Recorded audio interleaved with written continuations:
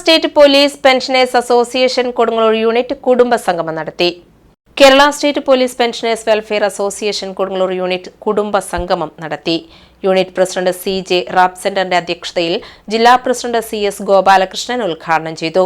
ഒരു കാര്യം ഉറപ്പിച്ചും പറയാൻ പറ്റും, ആനുകൂല്യം കൊണ്ട് നമ്മളാണ് മുന്നിൽ നിൽക്കുന്നത്. നമ്മൾക്ക് കിട്ടിയ ആനുകൂല്യം ഇത്രയും 79 സർവീസ് പെൻഷൻ യൂണിയൻ ഏകോപിച്ച് ശ്രമിച്ച് ചിത്രനമ്പൂരിപ്പാട് സാർ ഉണ്ടാക്കിയ സംഘടനയ്ക്ക് എന്തുണ്ടായി നേട്ടം എന്ന് വെച്ചാൽ അവർക്കെന്നെ അറിയുന്നത്. ഭരണം മാറി വരുമ്പോൾ കഴിഞ്ഞ രാഷ്ട്രീയം പറഞ്ഞതല്ല, UDF ഭരിക്കുന്ന മുട്ടിന് സമരം കുളത്തിന് ധർണയായിരിക്കും. ഇപ്പോൾ മിണ്ടാട്ടിലേണ്ടി എത്ര ഗഡുവ് സാമ്യവത്ത് കിട്ടാണ്ടെന്ന് നമുക്ക് പറയാം. 19 ഗഡുവ് കിട്ടാണ്ട് 19 സാധാരണ ഈ 19 ഗഡുവ് 6000 രൂപയിൽ മേടിക്കുന്ന നഷ്ടം.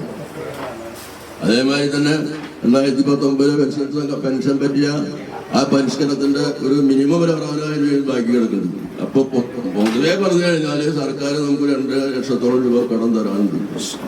ഇത് കിട്ടുന്ന വിശ്വാസമില്ല. Secretary PK Haridas, unit treasurer NT Babu എന്നിവർ സംസാരിച്ചു. തുടർന്ന് യൂണിറ്റ് അംഗങ്ങൾ അവതരിപ്പിച്ച കലാപരിപാടികളും നടന്നു.